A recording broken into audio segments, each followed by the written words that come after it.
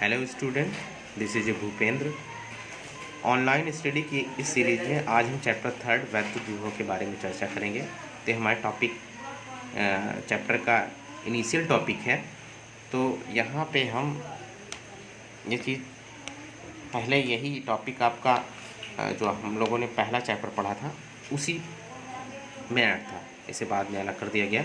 तो पहला टॉपिक है वैद्युत विभव। तो वैद्युत विभव होता क्या है कि इसको हम जैसे हम वैद्युत क्षेत्र की तीव्रता को ई से डिनोट करते हैं, उसी प्रकार इसको हम वी से डिनोट करते हैं।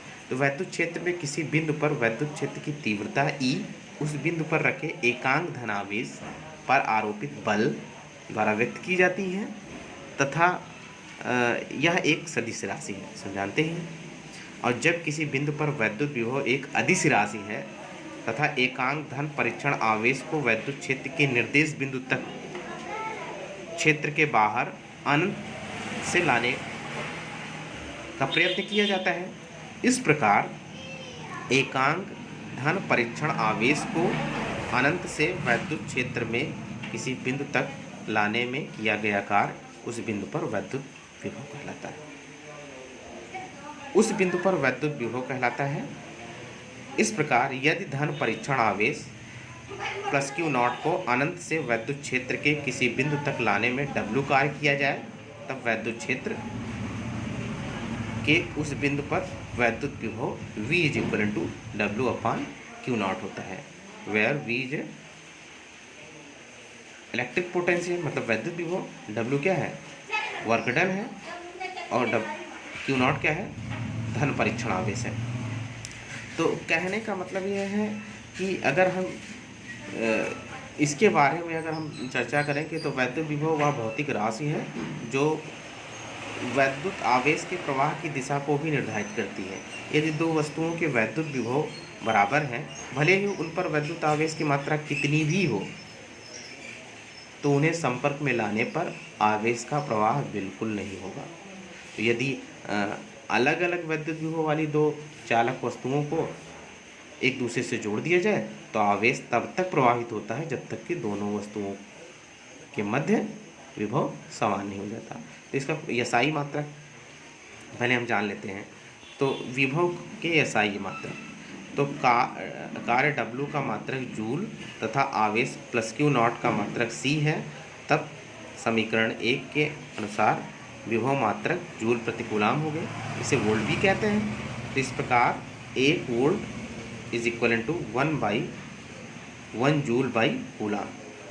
अब इसको दूसरे ढंग से हम अगर हम डिफाइन करना चाहें तो इसकी भाषा एक दूसरे के अनुसार भी बन सकती है, लेकिन अगर हम यहाँ पे हम वोल्ट को डिफाइन करें कि वोल्ट क्या है, तो ये होता है क्या, यदि एकांक धन परीक्षण आवेश को अनंत से वैद्युत क्षेत्र के किसी बिंदु तक लाने में 1 जूल कार्य करना पड़े तो उस बिंदु पर वैद्युत विभव 1 वोल्ट कहलाता है।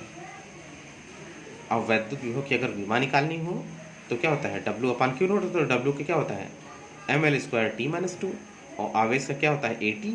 After solving mL²T⁻³ A inverse होता है।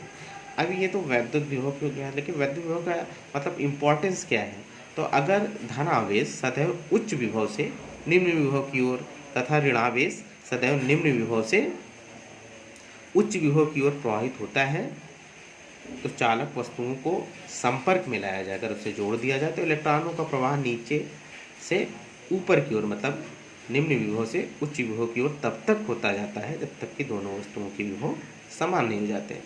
अब अगर हम दूसरे ढंग से इसके बारे में एक बार और जानना चाहें तो धनावेश सदैव उच्च विभव से कम विभव की ओर ही प्रवाहित होता है।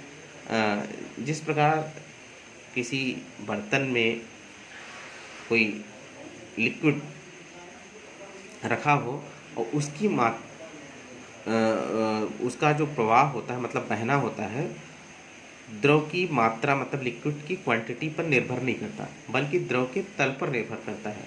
मतलब वो आड़ा तिरछा कैसे है उस पर निर्भर करेगा, ना कि वो कितना भरा हुआ है इस पर नहीं। ऊष्मा के प्रवाह की दिशा ऊष्मा की मात्रा पर निर्भर करती है, बल्कि उसके तापों पर भी निर्भर करती है। मतलब ऊष्मा की मात्रा पर ऊष्मा के प्रवाह की दिशा ऊष्मा की मात्रा पर निर्भर नहीं करती बल्कि उसके ताप पर निर्भर करती है। ऊष्मा भी सदैव उच्च ताप से निम्न ताप की ओर प्रवाहित होती है। ठीक उसी प्रकार आवेश के प्रवाह की दिशा आवेश की मात्रा पर निर्भर नहीं करती बल्कि उनके वैद्युत तलों पर निर्भर करती है। इस वैद्युत तल को वैद्युत विभव कहते हैं।